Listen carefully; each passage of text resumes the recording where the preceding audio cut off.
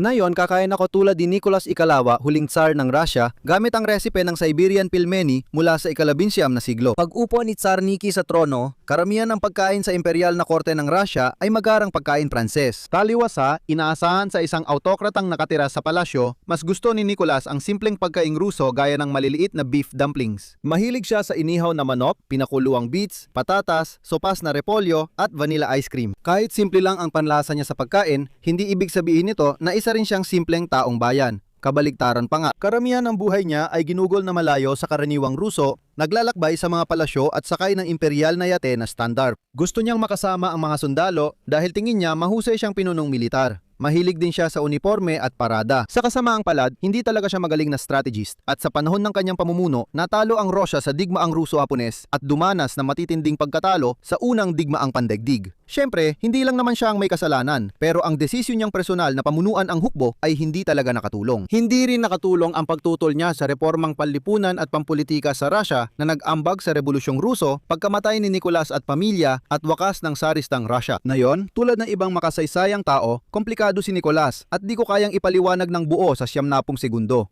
Mayroon siyang mabuti at masamang ugali, gaya ng pagiging masamang pinuno pero mabuting ama. At kailangan kong aminin na maganda ang panlasa niya pagdating sa pagkain dahil talagang masarap ang mga pilmeni na ito. Ibig kong sabihin, ito ay dumpling na may laman na baka, kaya ano pa ang hindi mo magugustuhan. Nasa YouTube na ang video tungkol kay Nicholas Ikalawa at ang resipe ng pilmeni mula sa ika-19 na siglo ay nasa tastinghistory.com.